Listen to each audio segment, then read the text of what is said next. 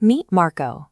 At 24, he is physically healthy, yet he carries the exhaustion of someone decades older. His fatigue isn't coming from his body, rather it is coming from a mind that refuses to shut down. He lives in a state of constant mental friction, trapped between mourning a past he cannot change and fearing a future he cannot yet see. Think of the mind's working memory as a container with a very specific limit. For Marco, this space is permanently occupied. These jagged lines represent his regrets and anxieties, filling the container until there is no room left to process the world around him. When the internal noise becomes this loud, it's common to assume the problem is the environment. We tell ourselves that if we could just find a quiet enough place, our minds would finally mirror that silence. Driven by this hope, Marco travels deep into the mountains, leaving the friction of his daily life behind for a village tucked away in the hills. He is looking for a retired psychologist who left a high-profile city career to live in a simple house surrounded by nature. Marco believes that by physically moving his body to this peaceful porch, the chaos in his head will simply evaporate. But changing your location doesn't reset your cognitive load. You carry that same overfilled container with you, regardless of the view outside your window. Marco finds the old man sitting in the shade and asks for a way to stop the thoughts that are wearing him down.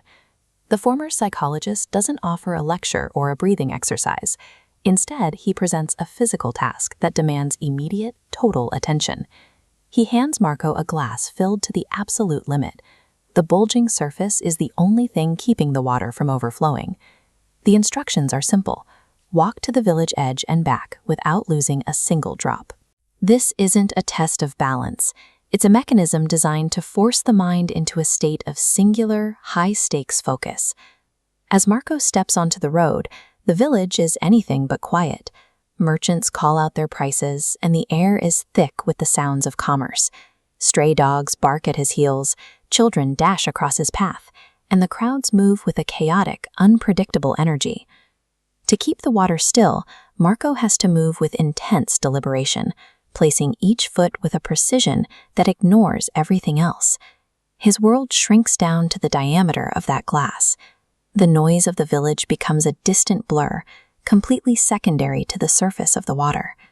He returns to the porch and presents the glass to the old man. Not a drop has been spilled. Amidst the loudest external environment he had faced all day, Marco had just experienced his first moments of total internal stillness.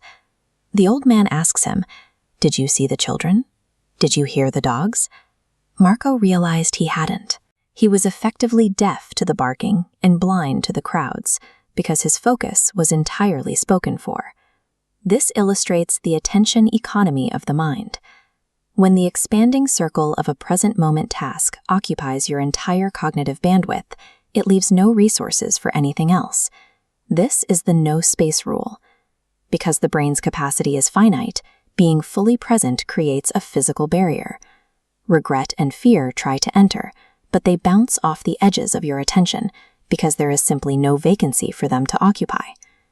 Peace, in this light, is less about finding a quiet world and more about a state of total occupation, where the demands of the now simply crowd out the noise of the then and next.